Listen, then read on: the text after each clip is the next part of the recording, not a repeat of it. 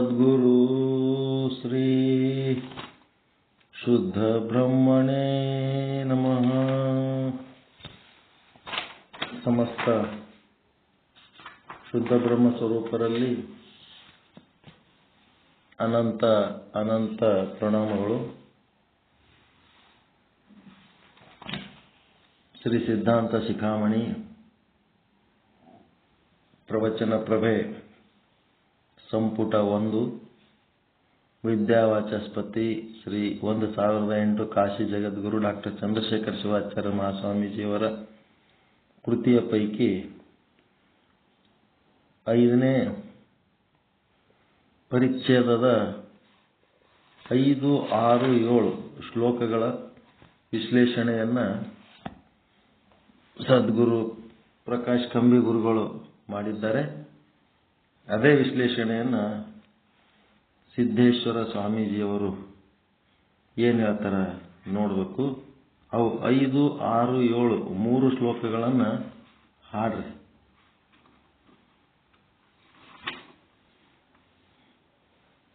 ವೇದ ವೇದ ಪ್ರಧಾನ ಸರ್ವೇಷಾಂ ಅಂದರೆ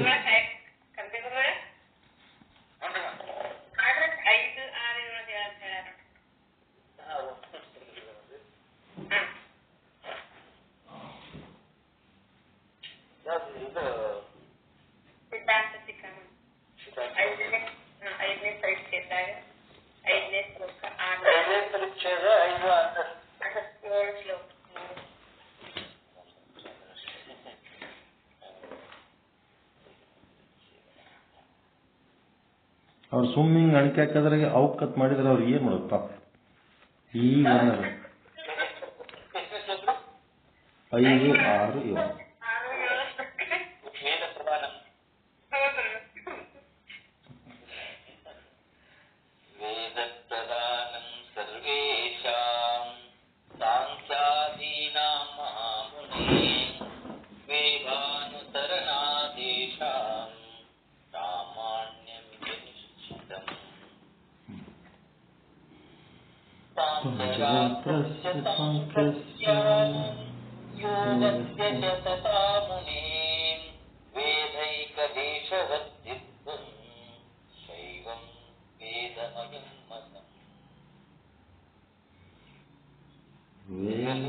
ಏನೋ ಒಂದು 7ನೇದೊಂದು ಹೇಳಬೇಕು. ವೇದೈಕ ದೇಶವರ್ತಿಭ್ಯಃ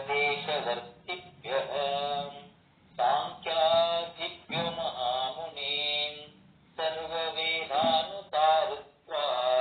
ಶೈವ ಮಂತ್ರ ಶೈವ ತಂತ್ರ ವಿಶಿಷ್ಯತೆ.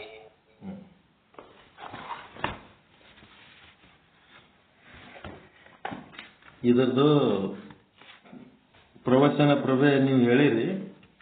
ಇವತ್ತು ಸಿದ್ದೇಶ್ವರ ಸ್ವಾಮಿಗಳ ವಿಶ್ಲೇಷಣೆ ನೋಡ್ಬೇಕು. ಇದ್ರಾಗ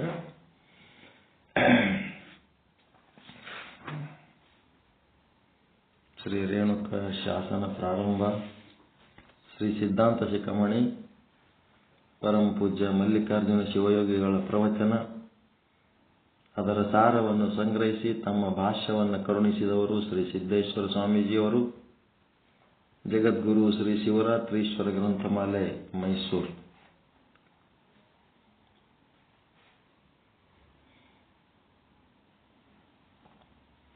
ವೇದ ಪ್ರಧಾನಂ ಸರ್ವೇಷಾಂ ಸಾಂಖ್ಯಾದೀನಾಂ ಮಹಾಮುನೆ ವೇದಾನುಸರಣಾದೇಶಾಂ ಪ್ರಾಮಾಣ್ಯಮಿತಿ ನಿಶ್ಚಿತಂ.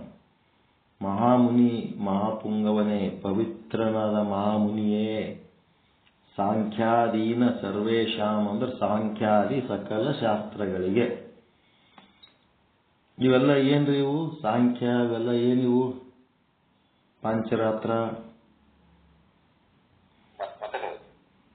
ಮತಗಳು ಅಂದ್ರೆ ದರ್ಶನಗಳು ಅಂತಾರೆ. ದರ್ಶನಗಳು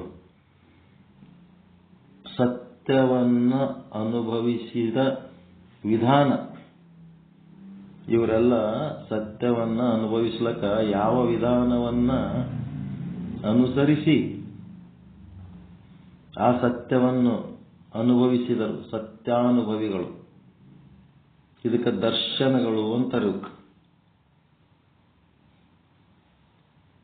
ವೇದ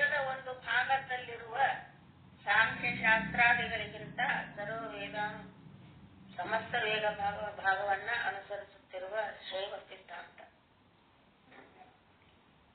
ಏನ್ರಿ ಎಲ್ಲ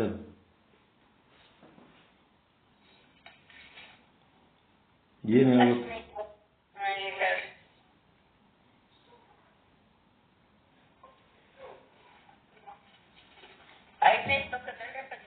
5, 6, 7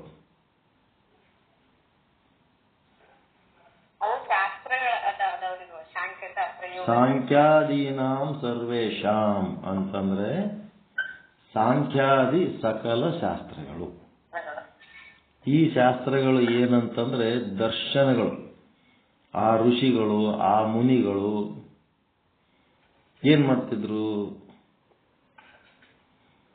ಮುನಿಗಳಿಗೆ ಋಷಿಗಳಿಗೆ ಏನು ವ್ಯತ್ಯಾಸ?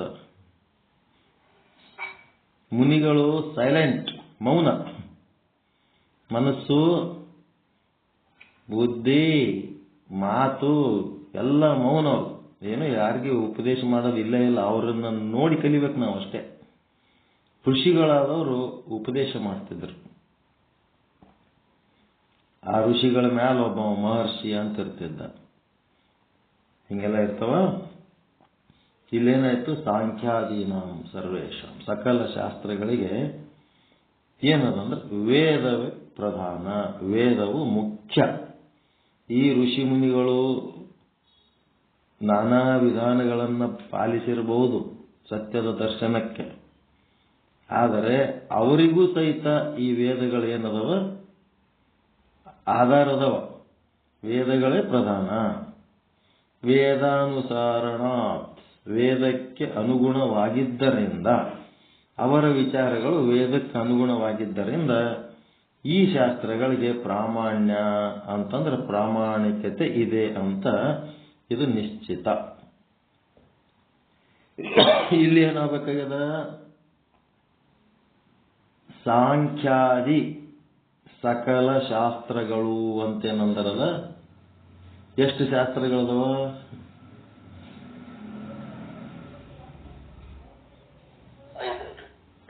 6 ಶಾಸ್ತ್ರಗಳು. 6 ಶಾಸ್ತ್ರಗಳದಾವ. ಷಟ್ ಶಾಸ್ತ್ರಗಳು.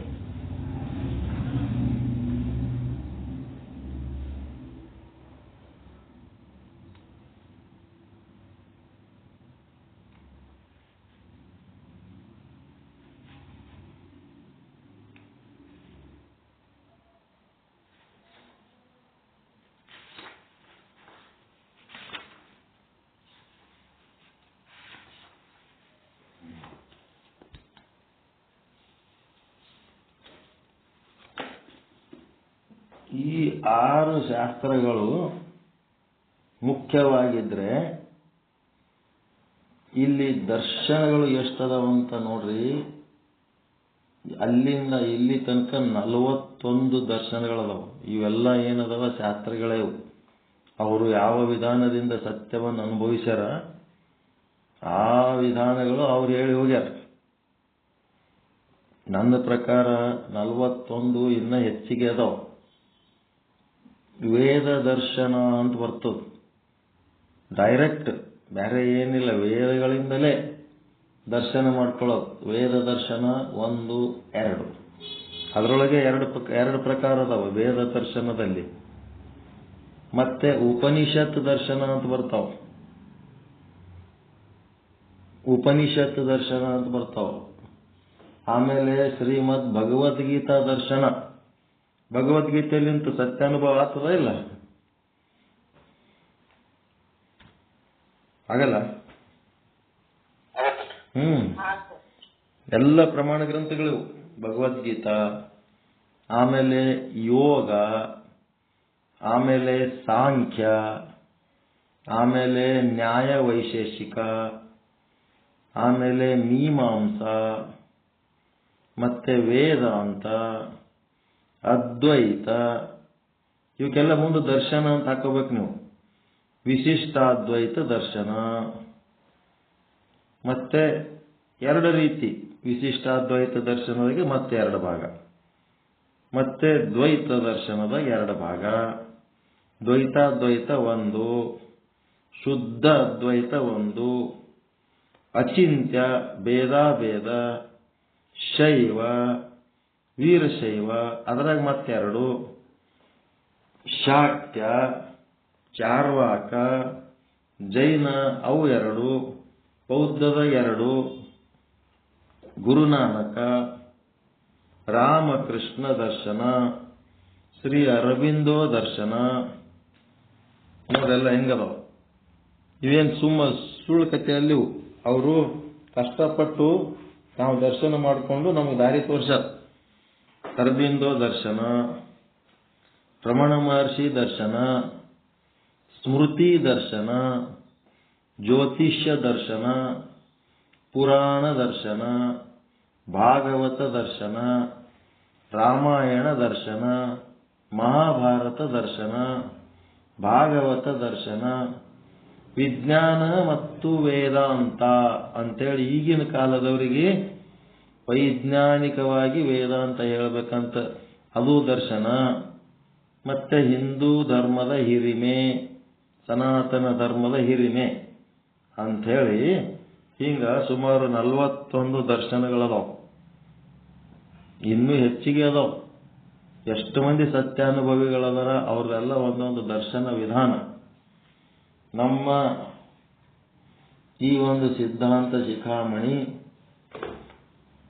ಇಲ್ಲಿಗೆ ನಿಲ್ಲಿಸಿ ಈ 41 ದರ್ಶನಗಳನ್ನ ಡೀಟೇಲ್ ಆಗಿ ಸ್ಟಡಿ ಮಾಡೋಣ ಅಂತಂದ್ರೆ 1 ವರ್ಷ ಟೈಮ್ ಬೇಕು. ಅಷ್ಟೊಂದು ವಿಚಾರಗಳು ನಮ್ಮಲ್ಲಿ ಅದಾವ. ನೀವು ಅವೆಲ್ಲ ದರ್ಶನಗಳು ತಿಳ್ಕೋಬೇಕು ಅಂತಿದ್ರಿ ಅಂದ್ರೆ ಒಂದು ಸ್ಯಾಂಪಲ್ ಏನು ಸಾಂಖ್ಯ ಅಂತ ಏನದಲ್ಲ, ಪ್ರವಚನ ಪ್ರಭೆ ಒಳಗೆ ಒಂದಿಷ್ಟು ಸಂಕ್ಷಿಪ್ತವಾಗಿ ಬರೆದಾರೆ. ಮತ್ತೆ ಈ ಸಿದ್ದೇಶ್ವರ ಸ್ವಾಮೀಜಿಯವರೊಳಗೆ ಒಂದಷ್ಟು ಬರೆದಾರೆ. ಅದನ್ನ ನಾವು ಡೀಟೇಲ್ ಆಗಿ ಒಂದು ಸಾಂಖ್ಯ ದರ್ಶನ ನಿಮಗೆ ಡೀಟೇಲ್ ಆಗಿ ಹೇಳೋದಕ್ಕೆ ಅವಕಾಶ ಕೊಟ್ರೆ ಒಂದು ಸ್ಯಾಂಪಲ್ ತೋರಿಸ್ತೀವಿ ನಿಮಗೆ. ದರ್ಶನ ಹೆಂಗಿರ್ತದ, ಅದರ ನೋಟ್ಸ್ ಹೆಂಗಿರ್ತದ, ಹೆಂಗ್ ವಿಚಾರಗಳಿರ್ತಾವ ಅಂತೇಳಿ. ಸುಮಾರು 40-45 ದರ್ಶನಗಳದಾವ ನನ್ನ ಹತ್ರ. ಅವೆಲ್ಲ ಡೀಟೇಲ್ ಆಗಿ ಸ್ಟಡಿ ಮಾಡಬೇಕು.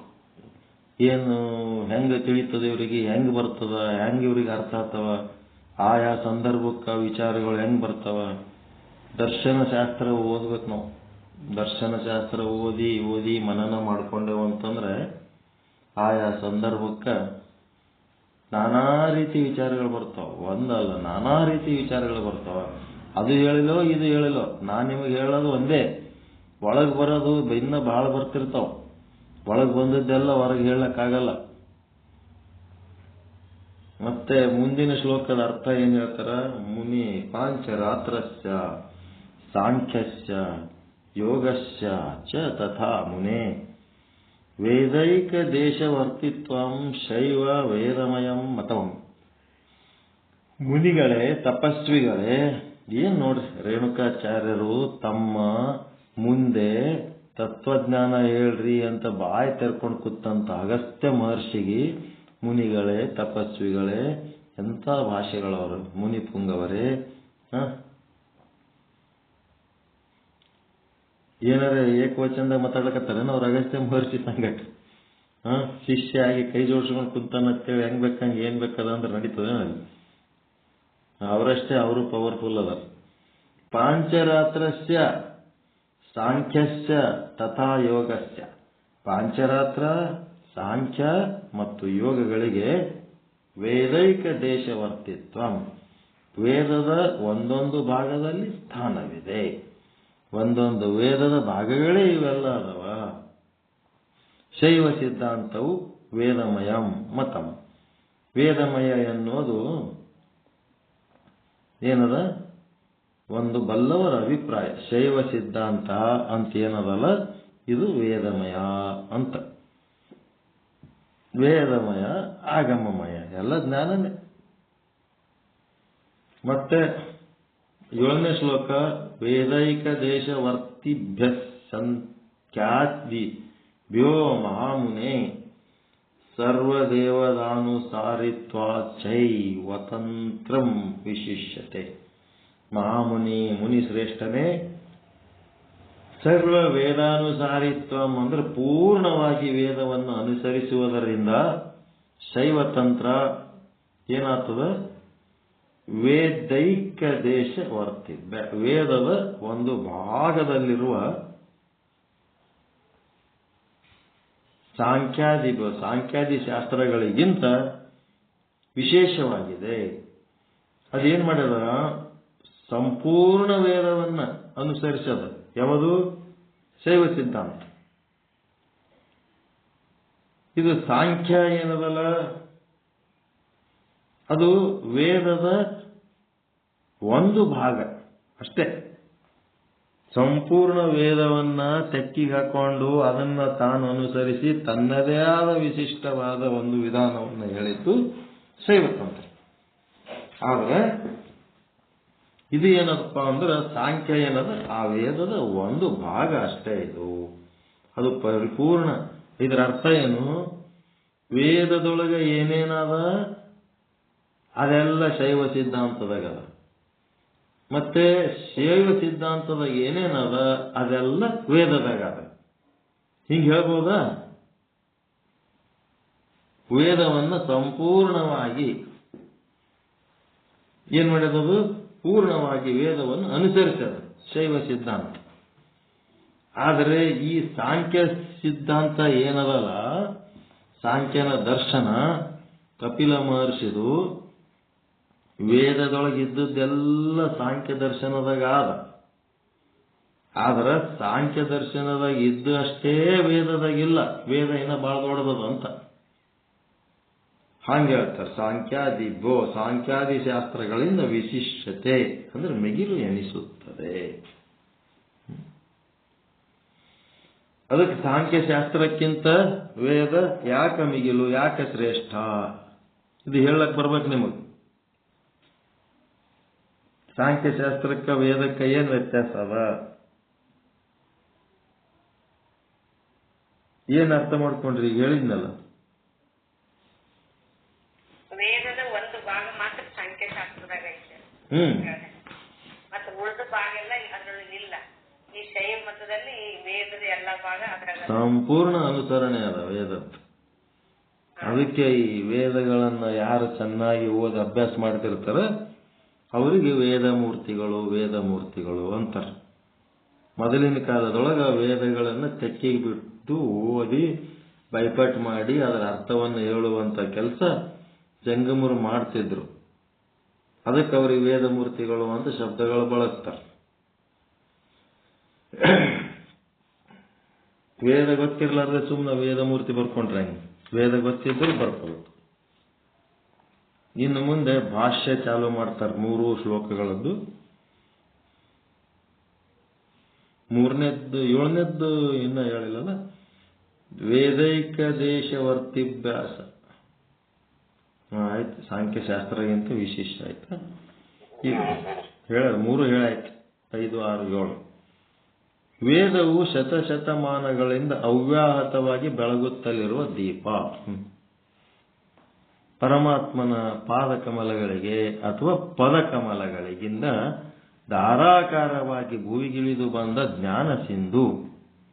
ವಿಷಯ ವ್ಯಾಮೋಹ ನೀಗಿ ಸ್ವಚ್ಛಂದ ಆತ್ಮಾಕಾಶದಲ್ಲಿ ವಿಹರಿಸಿದ ಋಷಿಗಳ ಅನುಭವ ವಚನ ಪ್ರವಾಹ. ಅದರಲ್ಲಿ ಮಿಂದವರು ಪಾವನರು. ಈ ವಿಷಯ ವ್ಯಾಮೋಹ ನೀಗುವುದಕ್ಕ, ಆತ್ಮಾಕಾಶದಲ್ಲಿ ವಿಹರಿಸುವುದಕ್ಕ ಅಂತ ಒಂದು ಋಷಿಗಳ ಅನುಭವ ಏನದಲ್ಲ ಅವರದು ವಚನ ಪ್ರವಾಹ.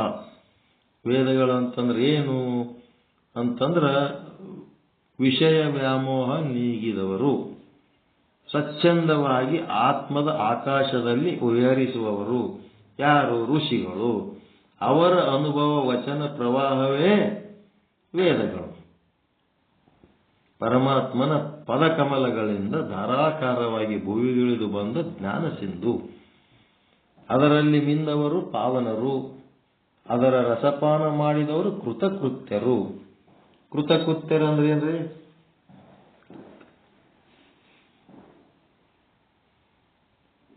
ಮಾಡೋದೇನು ಉಳಿದಿಲ್ಲ. ಮಾಡ್ಲಿಕ್ಕೆ ಏನು ಉಳಿದಿಲ್ಲ, ಮುಗೀತು. ಏನ್ ಮಾಡ್ಬೇಕಂತ ಅವ್ರು ಹುಟ್ಟಿ ಬಂದಿದ್ರು ಅದು ಮಾಡಿ ಮುಗಿಸಿಬಿಟ್ರು ಅಂತ ಆ ಒಂದು ಋಷಿಗಳ ವಚನ ಪ್ರವಾಹದಲ್ಲಿ ಮಿಂದು ಬಿಟ್ರೆ ಮುಗೀತು, ಮತ್ತೇನು ಮಾಡಬೇಕಾಗಿಲ್ಲ. ದಿವ್ಯಾನುಭವಿಗಳ ಶ್ರೀಮುಖದಿಂದ ಮೂಡಿ ಬಂದ ವೇದದಲ್ಲಿ ಏನದಪ್ಪ 20,000ಕ್ಕೂ ಮಿಕ್ಕಿದ ಮಂತ್ರಗಳಿವೆ.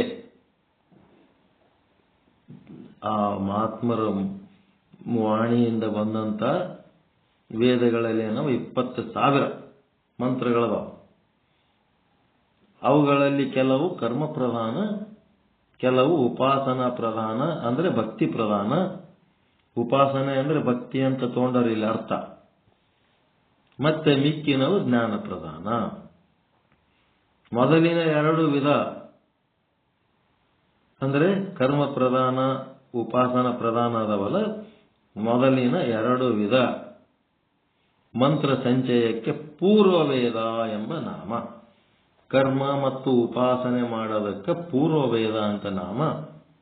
ಕೊನೆಯ ಮಂತ್ರ ಸಮೂಹ ಉತ್ತರ ವೇದ ಅಂತಂದ್ರೆ ವೇದಾಂತ. ಕೊನೆಯದಂತಂದ್ರೆ ಜ್ಞಾನಕಾಂಡ. ಕರ್ಮಕಾಂಡ ಉಪಾಸನ ಕಾಂಡಕ್ಕೆ ಪೂರ್ವವೇದ ಅಂತಾರೆ, ಜ್ಞಾನಕಾಂಡಕ್ಕ ಉತ್ತರ ವೇದ ಅಂತಾರೆ. ಪೂರ್ವವೇದದ ಗುರಿ 2. ಏನು? ಮಾನವನ ಮನದಲ್ಲಿ ಮನೆ ಮಾಡಿದ ದ್ವೇಷದ ವಿನಾಶ. ಆ ದ್ವೇಷ ಹೋಗಬೇಕು. ದ್ವೇಷ ಇತ್ತು ಅಂತಂದ್ರೆ ಏನು ಕೆಲಸಕ್ಕೆ ಬರಲ್ಲ, ಅದು ಅವರಿಗೆ ತ್ರಾಸ ಮಾಡ್ತದ. ಅದಕ್ಕೆ ಮಾನವರ ಮನದಲ್ಲಿ ಮನೆ ಮಾಡಿದ ದ್ವೇಷದ ವಿನಾಶ ಮತ್ತು ಐಹಿಕ ಭೋಗಗಳು ಹಾಗೂ ಆಮುಷ್ಮಿಕ ಸುಖದ ಪ್ರಾಪ್ತಿ ಅಂತಂದ್ರೆ ಪಾರಮಾರ್ಥಿಕ ಸುಖದ ಪ್ರಾಪ್ತಿ. ಇದೇನಪ್ಪ ಅಂತಂದ್ರೆ ವೇದಗಳ ಗುರಿ. ಉತ್ತರ ವೇದದ ಉದ್ದೇಶ ವಿಶ್ವವ್ಯಾಪಿ ದೇವನಲ್ಲಿ ಜೀವರನ್ನು ಸಮಾಲೀನಗೊಳಿಸುವುದು, ಜೀವ ಈಶ್ವರನಾಗದು ಅಂತಾರಲ್ಲ ಅದೇ. ವೇದ ಪ್ರಮಾಣ ಸರ್ವಶ್ರೇಷ್ಠ. ವೇದ ಪ್ರಮಾಣ ಸರ್ವಶ್ರೇಷ್ಠ.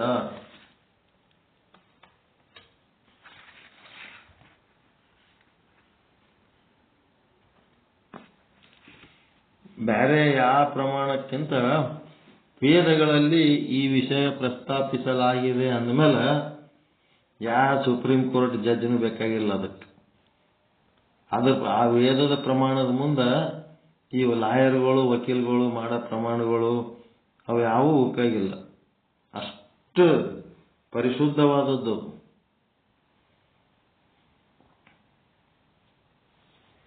ಹಿಮಾಲಯ ಪರ್ವತ ಶ್ರೇಣಿಯು ಭೂಮಂಡಲವನ್ನು ಅಳೆಯುವ ಮಾನದಂಡ. ಹಾಗೆಯೇ ವೇದಶಾಸ್ತ್ರಗಳ ಮೌಲ್ಯಮಾಪನ ಮಾಡುವ ಜ್ಞಾನ ತಂಡ. ವೇದಶಾಸ್ತ್ರಗಳು ಏನದವ, ಎಲ್ಲ ಶಾಸ್ತ್ರಗಳ ಮೌಲ್ಯಮಾಪನ ಅಂದ್ರೇನು, ಅವು ಎಷ್ಟರ ಮಟ್ಟಿಗೆ ಈ ಮೋಕ್ಷಕ್ಕೆ ಉಪಯೋಗ ಅದಾವ ಅನ್ನೋದೇ ಮೌಲ್ಯಗಳು. ಆ ಮೌಲ್ಯಗಳನ್ನು ತಿಳ್ಕೋಬೇಕಾದ್ರೆ ಒಂದಕ್ಕೆ ಸರಿಯಾದ ಅಥವಾ ಒಂದಕ್ಕೆ ಪ್ರಶಂಸೆ ಮಾಡಬೇಕು, ಮತ್ತೆ ಒಂದಕ್ಕೆ ಏನಾರೇ ನಾವು ಟೀಕೆ ಮಾಡಬೇಕು ಅಂತಂದ್ರ ಮೊದಲ ಟೀಕೆ ಮಾಡೋವನಿಗೆ ಆ ವಿಷಯದಲ್ಲಿ ಸರಿ ಇದ್ದುದ್ರದ ಜ್ಞಾನ ಇರಬೇಕು. ಎಲ್ಲರೂ ಅಧ್ಯಯನ ಮಾಡಿ ಏನ್ ಮಾಡ್ತಾರ, ಅದ್ರಾಗಿದ್ದಷ್ಟೇ ಸರಿ ಅನ್ಕೊಂಡ್ಬಿಡ್ತಾರೆ. ಕಂಪೇರ್ ಮಾಡ್ಲಕ್ಕ ಯಾವುದ್ರಾಗ ವೇದಗಳಲ್ಲಿ ಏನ್ ಕೊಟ್ಟಾರ ಆ ವೇದಕ್ಕೆ ಕಂಪೇರ್ ಮಾಡಬೇಕು. ಕಂಪೇರ್ ಮಾಡಿದಾಗ ಅದರೊಳಗೆ ಇನ್ನೂ ಎಷ್ಟು ಅಪರಿಪೂರ್ಣತೆ ಆದ ಅಥವಾ ವೇದದಲ್ಲಿ ಇದ್ದುದಕ್ಕಿಂತ ಇನ್ನೂ ಎಷ್ಟು ಪರಿಪೂರ್ಣತೆಯನ್ನು ಹೊಂದ್ಯದ, ಇದನ್ನು ನಾವು ತಿಳ್ಕೋಬೇಕು. ಅದಕ್ಕೆ ಇದು ವೇದ ಮಾನದಂಡ ಅಂತಾರೆ. ಸರ್ವಶಾಸ್ತ್ರಗಳ ಮೌಲ್ಯಮಾಪನ ಮಾಡುವ ಜ್ಞಾನದಂಡ ಅಂದ್ರೂ ಮಾನದಂಡ. ವೇದವನ್ನು ಅನುಸರಿಸಿದ ಶಾಸ್ತ್ರಗಳು ಪ್ರಮಾಣ ಸಿದ್ಧಾಂತಗಳು ಎನಿಸುತ್ತವೆ. ಯಾವ ಶಾಸ್ತ್ರಗಳಿಗೆ ಪ್ರಮಾಣ ಸಿದ್ಧಾಂತ ಅಂತಾರಂದ್ರೆ ವೇದಗಳನ್ನು ಯಾವ ಅನುಸರಿಸ್ತವ ಆ ಶಾಸ್ತ್ರಗಳು ಪ್ರಮಾಣ ಸಿದ್ಧಾಂತ ಅನಿಸ್ಕೊತಾವ. ಎಲ್ಲ ಚಂದ ತಿಳ್ಕೋಬೇಕು ಪಾಯಿಂಟ್ಸ್. ಪ್ರಮಾಣ ಗ್ರಂಥಗಳು ಸಾಮಾನ್ಯವಾಗಿ ಭಾರತದ ವಿಶಾಲ ಭೂಖಂಡದಲ್ಲಿ ರಚನೆಗೆ ಬಂದ ಎಲ್ಲ ಶಾಸ್ತ್ರಗಳು ವೇದವಿದ್ಯೆ ಎಂಬ ಪ್ರಾಣವಾಯುವನ್ನೇ ಉಸಿರಾಡಿಸುತ್ತವೆ.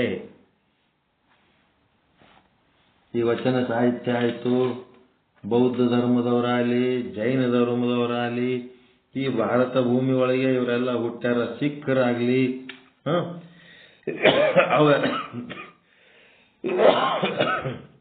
ಅವೆಲ್ಲ ಏನ್ ಮಾಡ್ತಾವ, ಈ ವೇದವನ್ನೇ ಉಸಿರು ಮಾಡ್ಕೊಂಡವ, ವೇದವನ್ನೇ ಆಧರಿಸವ.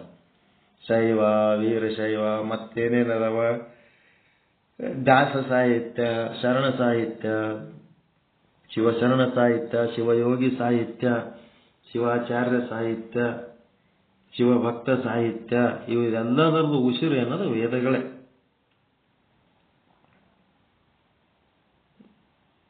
ಈ ಮಾತಿಗೆ ಜೈನ ಮತ್ತು ಬೌದ್ಧ ಸಿದ್ಧಾಂತಗಳು ಹೊರಗಲ್ಲ. ಆ ಜೈನ ಮತ್ತು ಬೌದ್ಧ ಸಿದ್ಧಾಂತಗಳನ್ನ ತಗೊಂಡು ಓದಿದ್ರೆ ನಮ್ಮ ವೇದದೊಳಗಿರೋ ವಿಷಯಗಳೇ ಅದ್ರಾಗಿರ್ತಾವ. ವೇದ ಸ್ತರದ ಮೇಲೆ ಸುಭದ್ರವಾಗಿ ಕಟ್ಟಲಾದ ಭವ್ಯ ನವ್ಯ ಮಂದಿರಗಳು ಅವು. ಏನದವ ನಮ್ಮ ದೇಶದಾಗ ಧರ್ಮಗ್ರಂಥಗಳು, ಅವೆಲ್ಲ ವೇದಗಳ ಆಧಾರದ ಮೇಲೆ ಕಟ್ಟಿದ್ವು ಅದಾವ.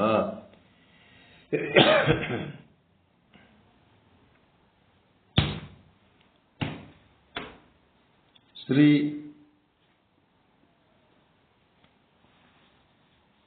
ಶಿವಯೋಗಿ ಶಿವಾಚಾರ್ಯರು ಸಾಂಖ್ಯಾದಿ 4 ಮತಗಳನ್ನು ಹೆಸರಿಸಿದ್ದಾರೆ.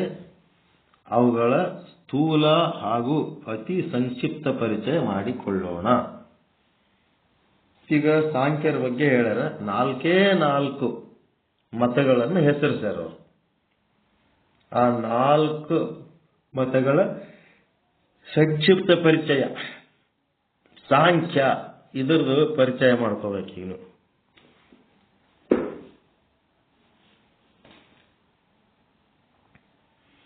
ಅತಿ ಪ್ರಾಚೀನ ದರ್ಶನ ಸಾಂಖ್ಯಶಾಸ್ತ್ರ. ಸಾಂಖ್ಯಶಾಸ್ತ್ರ ಅತಿ ಪ್ರಾಚೀನ ದರ್ಶನ ಇದು.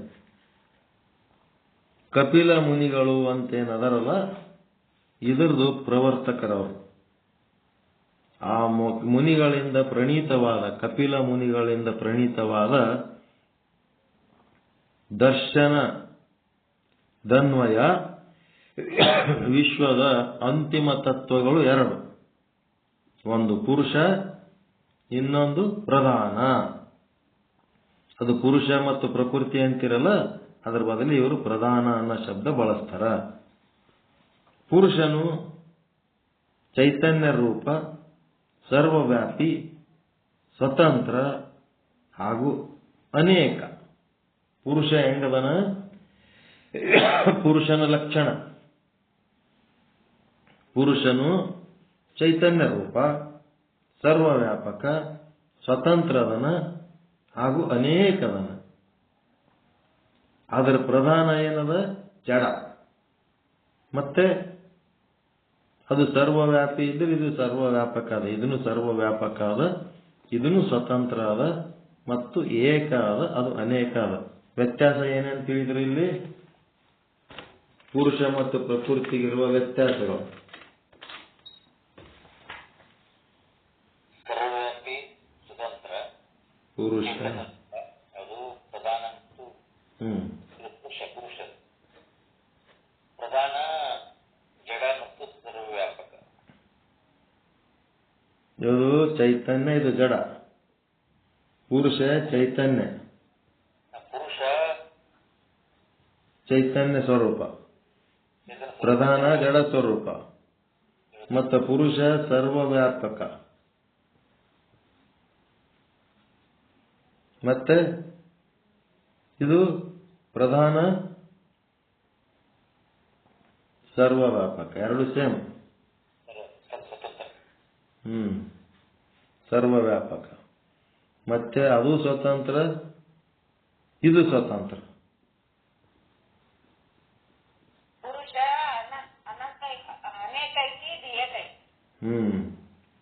ಲಾಸ್ಟ್ ಇಂದ ಪುರುಷ ಅನೇಕ, ಪ್ರಧಾನ ಏಕ.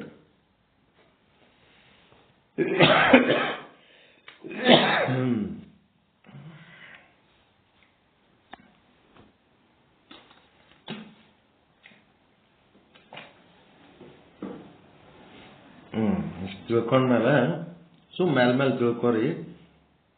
ಪುರುಷ ಏನದನ? ಅವಿಕಾರಿ. ಲಕ್ಷಣಗಳು ಕೊಟ್ಟಾರ ಅವ್ರು. ಪುರುಷ ನಿರ್ವಿಕಾರಿ, ಅವಿಕಾರಿ.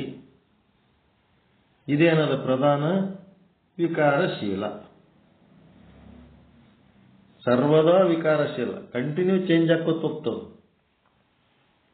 ಹೆಂಗ? ಒಳಗಿರುವ ಕೂಟಸ್ಥ ನಿರ್ವಿಕಾರಿ, ಆದ್ರ ಆತ ಹೊತ್ಕೊಂಡಂತ ಶರೀರ ಸರ್ವದಾ ವಿಕಾರಶೀಲ. ಬಾಲಕ ಇದ್ದದ್ದು ಯುವಕ ಹೆಂಗ ಆಗ್ತದ ಗೊತ್ತಿಲ್ಲ, ಯುವಕ ಇದ್ದದ್ದು ಮುದುಕ ಹೆಂಗ ಆಗ್ತದ ಗೊತ್ತಿಲ್ಲ.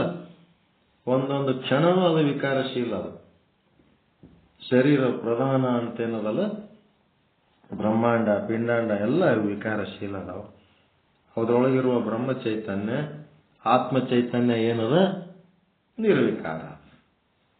ಮತ್ತೆ ಪ್ರಧಾನವು ಪುರುಷನ ಸಾನ್ನಿಧ್ಯದಲ್ಲಿ ಪುರುಷನಿಗಾಗಿ ವಿಕಾಸಗೊಂಡು ಮಹತ್ತಾದಿ ಅಂತವಾದ 23 ತತ್ವಗಳ ರೂಪ ಹೊಂದುತ್ತದೆ. ಪುರುಷನ ಸಾನ್ನಿಧ್ಯದಲ್ಲಿ ಪ್ರಧಾನ ಏನ್ ಮಾಡ್ತದ? ಪುರುಷನ ಸಾನ್ನಿಧ್ಯದಲ್ಲಿ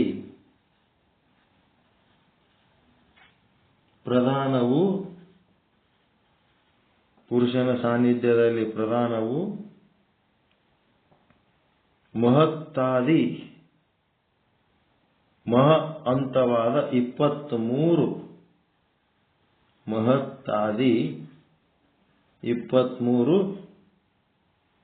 ತತ್ವಗಳ ರೂಪ ಹೊಂದುತ್ತದೆ.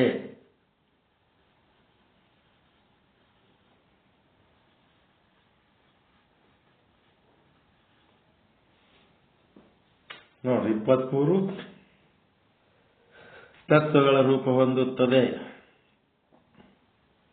23 ತತ್ವ ಅಂದ್ಮೇಲೆ ಈ ತತ್ವ ಸಮೂಹವೇ ವಿಶ್ವ.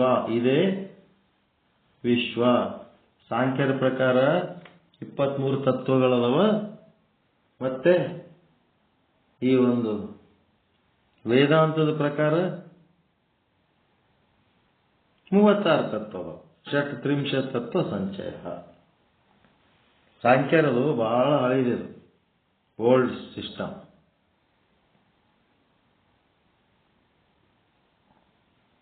ಈ ತತ್ವ ಸಮೂಹವೇ ವಿಶ್ವ. ಪ್ರಧಾನ, ಮಧ್ಯ, ಸಮಸುಪ್ತವಾಗಿದ್ದ ಪ್ರಧಾನದ ಮಧ್ಯ ಅಂದ್ರೆ ಪ್ರಧಾನದ ಒಳಗ, ಅಂದ್ರೆ ಪ್ರಕೃತಿ ಒಳಗ ಸಮಸುಪ್ತವಾಗಿದ್ದ ಸತ್ವರಜ ತಮೋ ಗುಣಗಳು ವಿಷಮಗೊಂಡು ಲಕ್ಷ ಪದಾರ್ಥಗಳಾಗಿ ಮಾರ್ಪಡುತ್ತದೆ. ಈ ಸತ್ವ ರಜ ತಮೋ ಗುಣಗಳೆಲ್ಲದವ ಪ್ರಕೃತಿ ಒಳಗದವ. ಅದಕ್ಕೆ ಪ್ರಧಾನ ಅಂತ. ಅವು ಏನಾಗ್ತಾವಪ್ಪ ಅಂದ್ರೆ ಲಕ್ಷ ಪದಾರ್ಥಗಳಾಗ್ತಾವ ವಿಷಮಗೊಂಡು.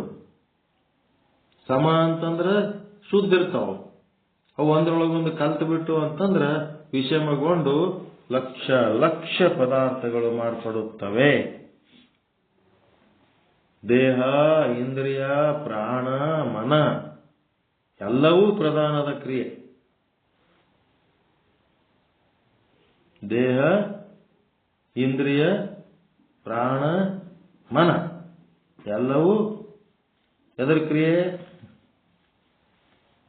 ಪ್ರಕೃತಿ ಕ್ರಿಯೆ. ಇವೆಲ್ಲ ಪ್ರಕೃತಿ ಹೌದಲ್ಲ? ಇವು ಅಜ್ಞಾನಿ ಜಡಗಳು ಇವೆಲ್ಲ.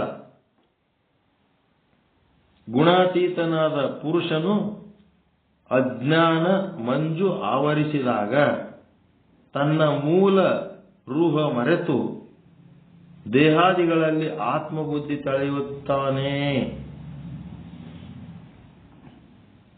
ಹೆಂಗಿದು? ಒಂದು ಹಳಿ ಕಾಲದ ಫಿಲಾಸಫಿ ಹಿಂಗದ. ಏನಾಗ್ತದ? ಹಗ್ಗ ಕತ್ತಲು ಕವಿದಾಗ ಹಾವಿನ ರೂಪ ತಾತದ ಅಂತ ಹೇಳ್ದಂಗ ಆಗ್ತದ ಇದು. ಹೌದಲ್ರಿ? ಹೆಂಗದ ಇದು? ಸರಿ ಇಲ್ಲ, ಹೌದಿಲ್ಲ? ನಿಮ್ಗೆ ಇದಕ್ಕಿಂತ ದೊಡ್ಡ ತತ್ವ ಗೊತ್ತಿದ್ದಾಗ ಇದು ಹೆಂಗ್ ಒಪ್ಕೋತೀರಿ ನೀವು? ಗುಣಾತೀತನಾದ ಪುರುಷನು ಅಜ್ಞಾನ ಎಂಬ ಮಂಜು ಆವರಿಸಿದಾಗ, ಅಂದ್ರೆ ಹಗ್ಗಕ್ಕ ಕತ್ತಲು ಉಂಟಾದಾಗ ತನ್ನ ಮೂಲ ರೂಹ ಮರೆತು ದೇಹಾದಿಗಳಲ್ಲಿ ಆತ್ಮಬುದ್ಧಿ ತಳೆಯುತ್ತದೆ. ದೇಹಾದಿಗಳಲ್ಲಿ ಆತ್ಮ ಅಂದ್ರೆ ದೇಹವೇ ನಾನು ಎನ್ನುವ ಭಾವನೆ ಬರ್ತದೆ. ಅದಕ್ಕ ಯಾವಾಗ ಅಜ್ಞಾನದ ಮಂಜು ಆವರಿಸಿದಾಗ. ಒಪ್ಕೋತೀರ ಈ ಮಾತ?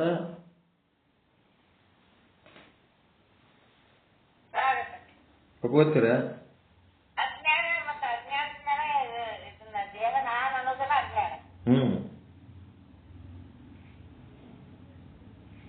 ದೇಹ ನೀವನ್ನೋದು ಅಜ್ಞಾನದಲ್ಲ. ಅವ್ರು ಏನಂತಾರ,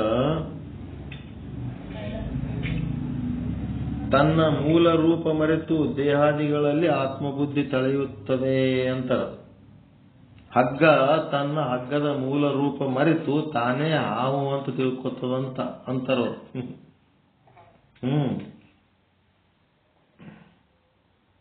ದೇಹಾದಿ ವಿಕಾರಗಳನ್ನ ತನ್ನ ಮೇಲೆ ಆರೋಪಿಸಿಕೊಳ್ಳುತ್ತಾನೆ, ಸುಖ ದುಃಖ ಭಾವ ಹೊಂದುತ್ತಾನೆ. ಇದುವೇ ತನ್ನ ಮೇಲೆ ಹಾಕೋತಾನ. ಇದುವೇ ಬಂಧಿತ ಅವಸ್ಥೆ.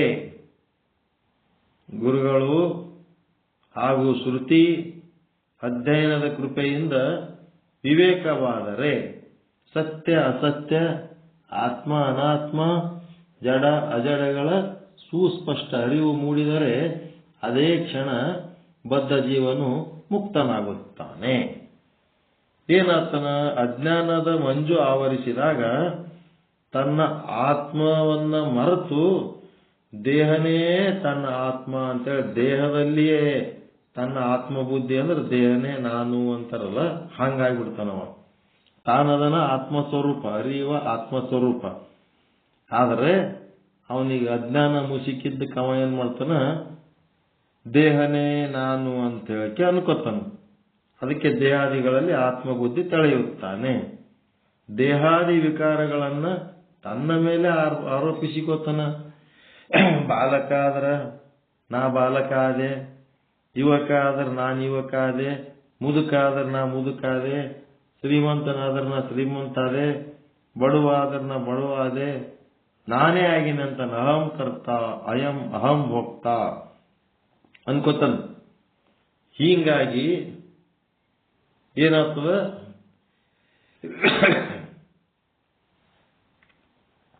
ಸುಖ ದುಃಖ ಭಾವ ಹೊಂದುತ್ತಾನೆ. ಇದುವೇ ಬಂಧಿತ ಅವಸ್ಥೆ. ದೇಹನೇ ತಾನು ಅಂತ ತಿಳ್ಕೊಂಡು ಸುಖ ದುಃಖ ಇದು ಮಾಡಿ ಇದು ಬಂಧಿತ ಅವಸ್ಥೆ. ಈ ಬಂಧನದೊಳಗಿರುವಂತ ಅವಸ್ಥೆಯಿಂದ ಮುಕ್ತ ಆಗಬೇಕಾದ್ರೆ ಗುರುಗಳ ಹಾಗೂ ಶ್ರುತಿ ಅಧ್ಯಯನದ ಕೃಪೆಯಿಂದ ವಿವೇಕ ಉಂಟಾದರೆ ಏನಾಗ್ತದೆ? ಸತ್ಯ ಅಸತ್ಯ, ಆತ್ಮ ಅನಾತ್ಮ, ಜಡ ಅಜಡಗಳ ಸುಸ್ಪಷ್ಟ ಅರಿವು ಮೂಡಿದರೆ ಅದೇ ಕ್ಷಣ ಬದ್ಧ ಜೀವನು ವಿಮುಕ್ತನಾಗುತ್ತಾನೆ. ಇದು ಬರ್ಬೇಕು ನಮಗೆ. ಯಾವುದು ಆತ್ಮ ಯಾವುದು ಅನಾತ್ಮ, ಇದೇ ವಿವೇಕ ಉಂಟಾಗಬೇಕು.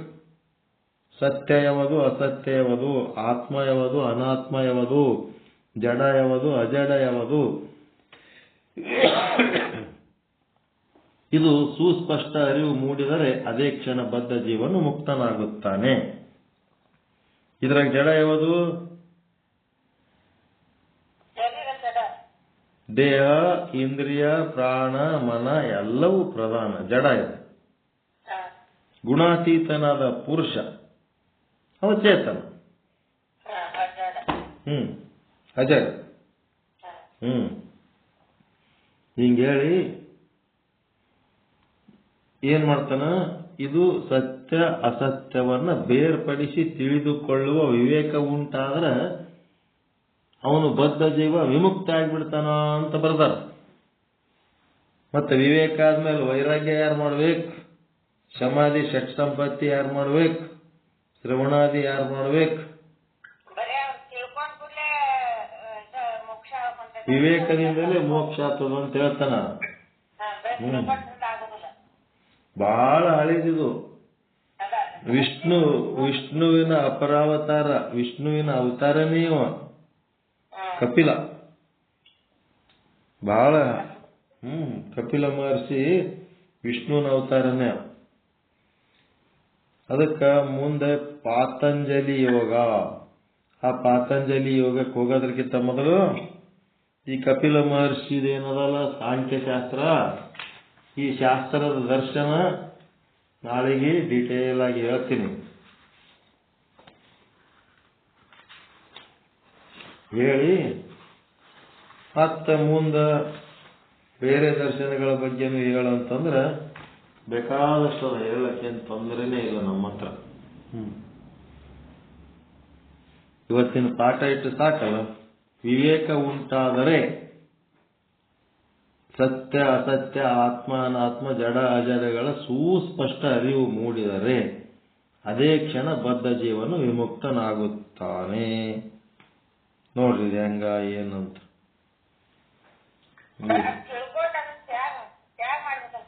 ತ್ಯಾಗ ಮಾಡಬೇಕು, ವಿರಾಗ ಬರಬೇಕು, ಸಮಾಧಿ ಷಟ್ ಸಂಪತ್ತಿ ಆಗ್ಬೇಕು, ಶ್ರವಣಾದಿ ಸಾಧನೆಗಳಾಗಬೇಕು.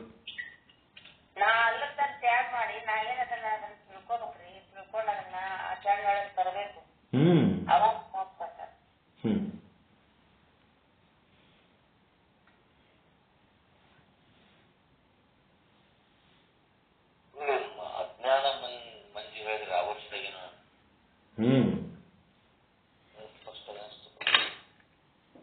ಏನಾಗ್ತದ?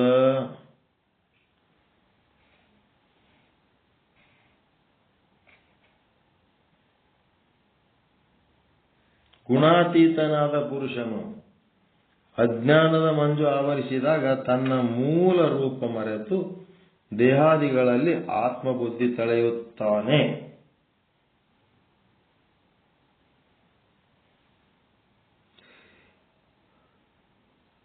ದೇಹವೇ ನಾನು ಅಂತಾನೆ ಅಜ್ಞಾನದ ಮಂಜು ಮುಸುಕಿದಾಗ. ಯಾರು? ಪುರುಷ.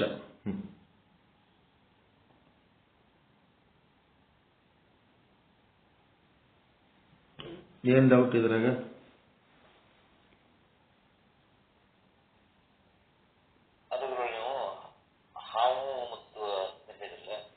ಈಗ ಕತ್ತಲ ಆವರಿಸ್ಯದ ಅಂತೇಳಿ ಹಾವ ಹಗ್ಗದ ರೂಪ ತಾಳುತ್ತದೆ ಅಂತ ಹೇಳ್ದಂಗೆ ಅನಿಸ್ತದೆ.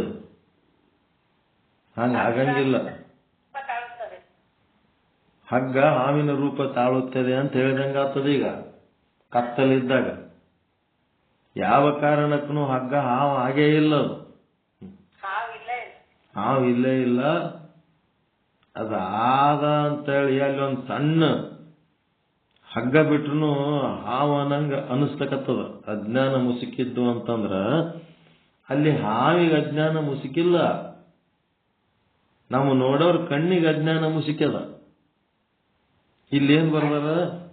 ಗುಣಾತೀತಾದನಾದ ಪುರುಷನು ಅಜ್ಞಾನದ ಮಂಜು ಆವರಿಸಿದಾಗ ತನ್ನ ಮೂಲ ರೂಪ ಮರೆತು ದೇಹಾದಿಗಳಲ್ಲಿ ಆತ್ಮಬುದ್ಧಿ ತಳೆಯುತ್ತಾನೆ.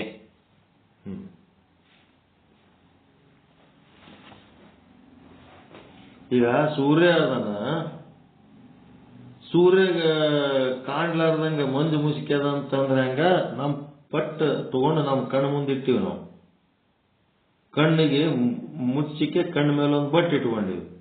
ಆ ಬಟ್ಟೆ ಸರಿಸಿದ್ರ ಅಲ್ಲಿ ಸೂರ್ಯನೇ ಅದನ. ಅಜ್ಞಾನ ಯಾರಿಗೆ ಮುಸುಕ್ಯದ? ಪರಮಾತ್ಮ ಮುಸುಕಿಲ್ಲ. ಕೂಟಸ್ಥನಿಗೆ ಅಜ್ಞಾನ ಮುಸುಕಿಲ್ಲ.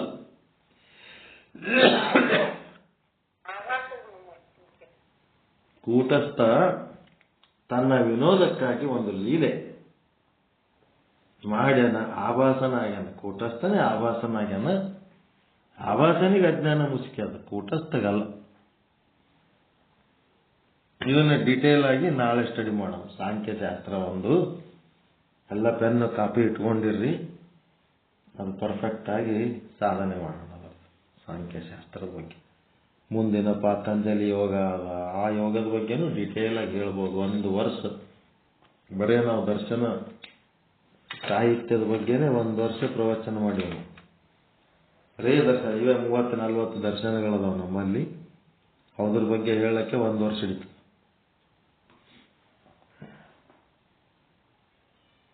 ಅದಕ್ಕೆ ಇವತ್ತು ತಿಳಿದದ್ದೇನಪ್ಪ ಅಂತಂದ್ರೆ, ಒಂದು ಪ್ರಕೃತಿ, ಇನ್ನ ಒಂದು ಪುರುಷ ಅಂತದ. ಪ್ರಕೃತಿ ಅನೇಕ ವಿಕಾರಿ ಅವೇನೇನು ಹೇಳ್ಯಾರದು ಅವೆಲ್ಲ ಕ್ಯಾರೆಕ್ಟರ್ಸ್ ಅದಾವ. ಮತ್ತೆ ಅದು ಏನು ಅನೇಕ ಮಾಡಿ 23 ತತ್ವ ತಾಳ್ತದ ಅದೇ ವಿಶ್ವ. ಅದರೊಳಗೆ ಮತ್ತೆ ಸತ್ವ ರಜ ತಮ ಗುಣಗಳದಾವ. ಅವು ಲಕ್ಷ ಲಕ್ಷ ಪದಾರ್ಥಗಳಾಗಿ ಪಂಚೀಕರಣ ಹೊಂದುತ್ತವ. ದೇಹ, ಇಂದ್ರಿಯ, ಪ್ರಾಣ, ಮನ, ಬುದ್ಧಿ ಎಲ್ಲ ಈ ಪ್ರಧಾನದ ಕ್ರಿಯೆಗಳೇ ಅಂದ್ರೆ ಪ್ರಕೃತಿಯ ಕ್ರಿಯೆಗಳು. ಗುಣಾತೀತನಾದ ಪುರುಷ ಏನಾತನ ಅಜ್ಞಾನದ ಮಂಜು ಆವರಿಸಿದಾಗ ತನ್ನ ಮೂಲ ರೂಪ ಮರೆತು ಬಿಡ್ತಾನೆ. ದೇಹಾದಿಗಳಲ್ಲಿ ಆತ್ಮಬುದ್ಧಿ ತಳೆಯುತ್ತಾನೆ. ಇದೇನದ ಬಹಳ ಹಳೀ ಪದ್ಧತಿ ಮಾತದ ಇದು. ಇದ್ರ ಬಗ್ಗೆ ವಿಚಾರ ಮಾಡಿ ಮುಂದೆ ಇದಕ್ಕೆಲ್ಲ ಸಮರ್ಥನೆಗಳು ವಿರೋಧಗಳು ಎಲ್ಲ ಹೇಳ್ತಾರ. ಮುಂದೆ ನೋಡೋಣ. ತತ್ವಗಳು 25. ಸ್ಥೂಲ ಶರೀರಕ್ಕೆ 25, ಸೂಕ್ಷ್ಮ ಶರೀರಕ್ಕೆ 17, ಕಾರಣ ಶರೀರಕ್ಕೆ 2.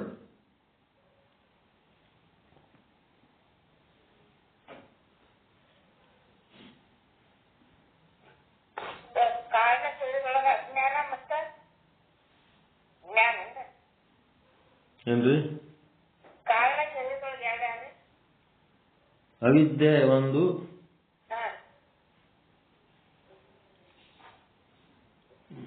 ಅವಿದ್ಯೆ ಜ್ಞಾನ ಇಲ್ಲ. ಏನೋ ತಿಳಿಯದಂತೆ ಆರಾಮಾಗಿ ಮಲಗಿದ್ದೆ ಅಂತ ಆರಾಮ ಅನ್ನೋದು ಹೇಳ್ತಾರಲ್ಲ.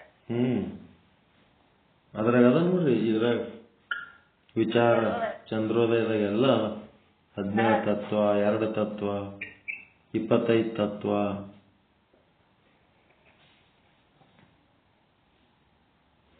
ಈಗ ಅವನು ಕೂಟಸ್ಥ ಅಂತ ಇರ್ತಾನಲ್ರಿ, ಅವ ಸುಷುಪ್ತಿ ಒಳಗೆ ಏನಾಗ್ಯದ ಅದನ್ನು ಅವನಿಗೆ ಗೊತ್ತದ, ಜಾಗೃತದಾಗ ಏನಾಗ್ಯದ ಅದನ್ನು ಅವನಿಗೆ ಗೊತ್ತದ, ಸ್ವಪ್ನದಾಗ ಏನಾಗ್ಯದ ಅದನ್ನು ಅವನಿಗೆ ಗೊತ್ತದ. ಹೀಗಾಗಿ ನಿದ್ದೆ ಒಳಗ ಅವಿದ್ಯೆ ಮತ್ತು ಕೂಟಸ್ಥ ಇಬ್ಬರೇ ಇರ್ತಾರ. ಸ್ವಪ್ನದೊಳಗ ಏನಿರ್ತದ ಅವಿದ್ಯೆ ಮತ್ತು ಅಂತಃಕರಣ ಇರ್ತದ ಅಲ್ಲಿ. ಅಂತಃಕರಣ ಅಂದ್ರೆ ಸೂಕ್ಷ್ಮ ಶರೀರ ಇರ್ತದ. ಜಾಗೃತದೊಳಗ ಸ್ಥೂಲ ಶರೀರ, ಅವಿದ್ಯೆ, ಅಂತಃಕರಣ ಎಲ್ಲ ಸೇರಿ ಕೆಲಸ ಮಾಡ್ತಾವ ಜಾಗೃತದಾಗ.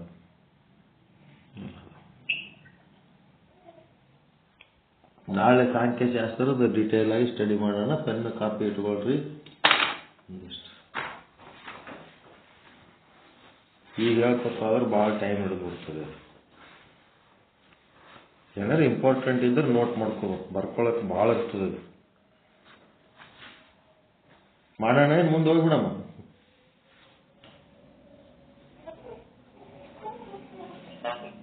ಏನ್ರಿ?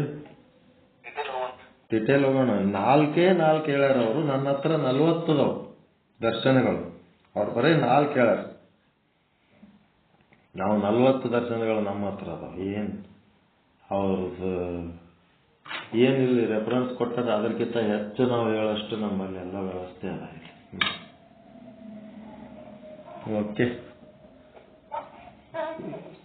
ಎಲ್ಲರಿಗೂ ಶುಭವಾಗಲಿ. ಏನ್ರಿ?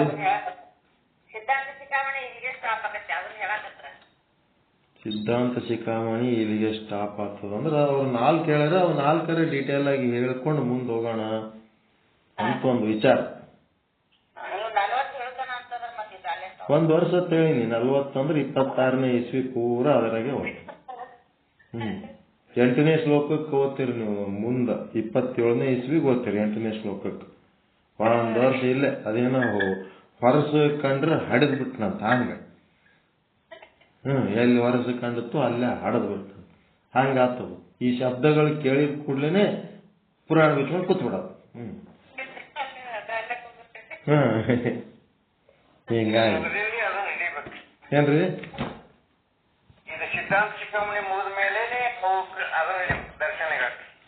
ದರ್ಶನಗಳು ಹೆಂಗ್ ಮಾಡ್ಬೇಕಂದ್ರ ಇದು ಬುಕ್ ಮುಗಿದ್ ಬಿಡ್ತದ. ನಮ್ ಕಂಬಿ ಗುರುಗಳು ಫಾಸ್ಟ್ ಓಡಿಸ್ಬಿಡ್ತಾರ. ರೀಲ್ ಅದೌದು ಶಂಕರ್ ಭಟ್ರದಲ್ಲ 4 ಗಂಟೆಗೆ ಅದು ಮುಗೀತು ಅಂದ್ರೆ ದರ್ಶನಗಳು ಹಿಡ್ಕೋಬೇಕು.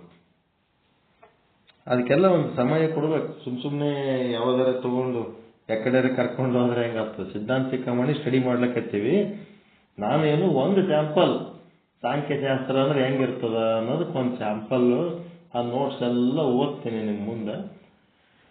ತಿಳಿದದ ನಮಗೆ ತಿಳಿದ ನಿಮಗೆ ತಿಳಿತದ.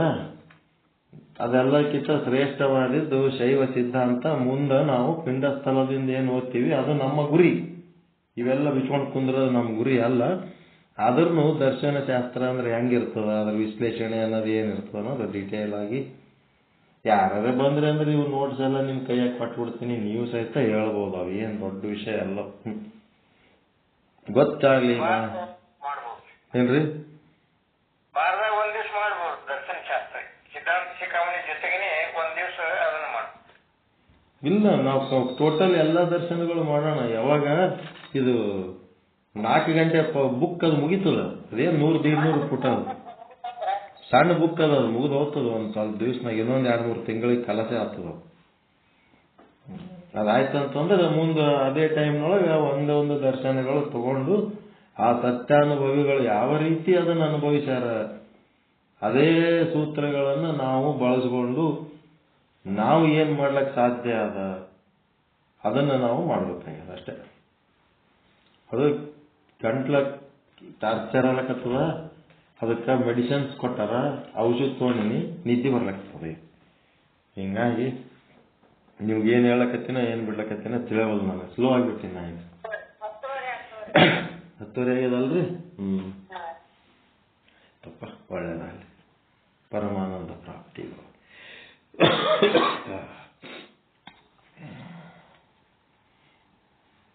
ಓಂ ಪೂರ್ಣಮದ ಪೂರ್ಣಮಿದಂ ಪೂರ್ಣಾತ್ ಪೂರ್ಣಮುದಚ್ಯತೆ ಪೂರ್ಣಸ್ಯ ಪೂರ್ಣಮಾದಾಯ ಪೂರ್ಣಮೇವಾವಶಿಷ್ಯತೆ. ಓಂ ಶಾಂತಿ ಶಾಂತಿ ಶಾಂತಿ. ಎಲ್ಲರಿಗೂ ಶರಣಾರ್ಥಿ. ಎಲ್ಲರಿಗೂ ಎಲ್ಲರಿಗೂ ಶರಣಾರ್ಥಿ.